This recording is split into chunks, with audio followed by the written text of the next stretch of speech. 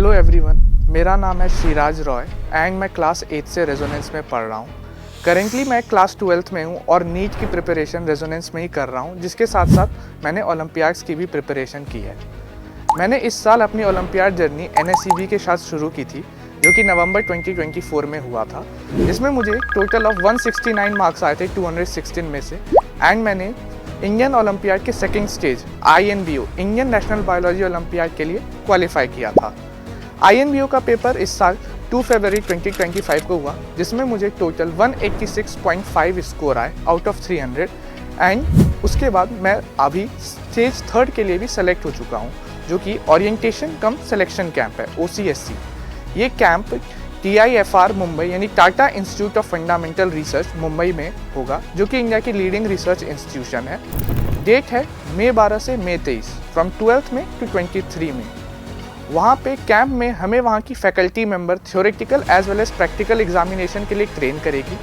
वहाँ पे हमारे तरह तरीके के बायोलॉजी के एडवांस लेवल प्रैक्टिकल्स होंगे, जैसे कि gel electrophoresis, hills experiment, calorimetry and दूसरे इक्विपमेंट वाले भी वहाँ पे प्रैक्टिकल्स कराए जाएंगे, जिसके बेसिस पे हमारे थ्योरेटिकल और प्रैक्टिकल एग्जामिनेशन होंगे। वहाँ टोटल इस साल 40 बच्चों का सिलेक्शन हुआ है एंड वहाँ के एग्ज़ाम्स के परफॉर्मेंस के बेसिस पे 40 में से 4 बच्चों को प्री डिपार्चर ट्रेनिंग कैंप के लिए सेलेक्ट किया जाएगा और वो 4 बच्चे ट्रेनिंग के बाद इंडिया को 36th international biology olympiad Philippines में रिप्रेजेंट करेंगे। जो INBO का पेपर होता है वो पेपर एक्चुअली काफ़ी ज़्यादा टफ होता है। इंडिया का hardest under graduate level exam है बायोलॉजी में।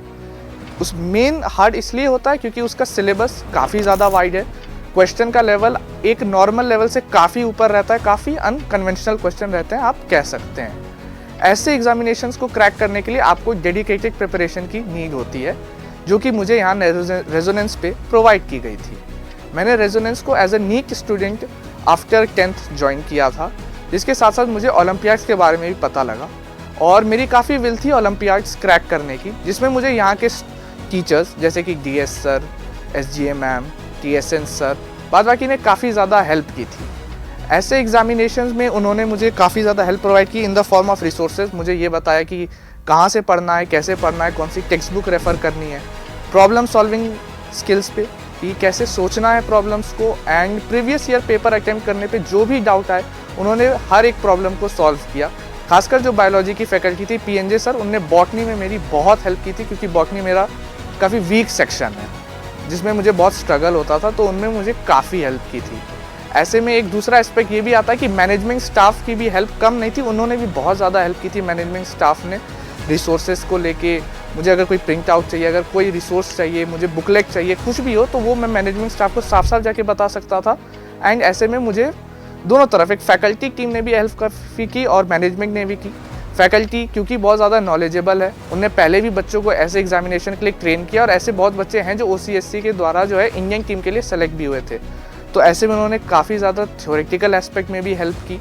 और अब क्योंकि मेरा OCSC में सिलेक्शन हो गया, तो अब प्रैक्टिकल की भी उतनी ही नीड है क्योंकि जितनी थ्योरेटिकल की है, क्योंकि वहाँ पे 40% वेटेज प्रैक्टिकल का रहेगा। तो ऐसे में मुझे प्रैक्टिकल ट्रेनिंग भी यहीं की फैकल्टी देंगी, जहाँ पे मुझे डिफरेंट टाइप के प्रैक्टिकल यहीं पे कराए जाएंगे, ताकि मैं उनमें अच्छे से परफॉर्म कर सकूँ OCSC में जाके।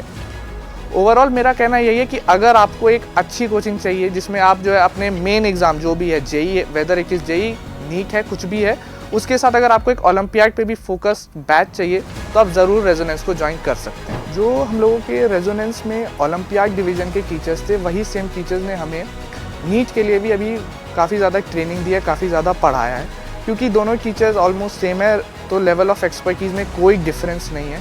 आपको कभी भी ऐसा फील नहीं होगा कि आपका कोई कॉन्सेप्ट छूट गया या ऐसा कोई टॉपिक है जो एग्जामिनेशन में आएगा और आपको नहीं पढ़ाया गया है।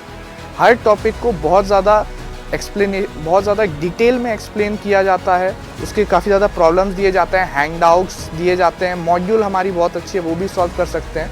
तो ओवरऑल मेरी ओलंपियाड की प्रिपरेशन के साथ नीट की प्रिपरेशन को भी एक बहुत ज़्यादा बूस्ट मिला था रेजोनेंस ज्वाइन करके।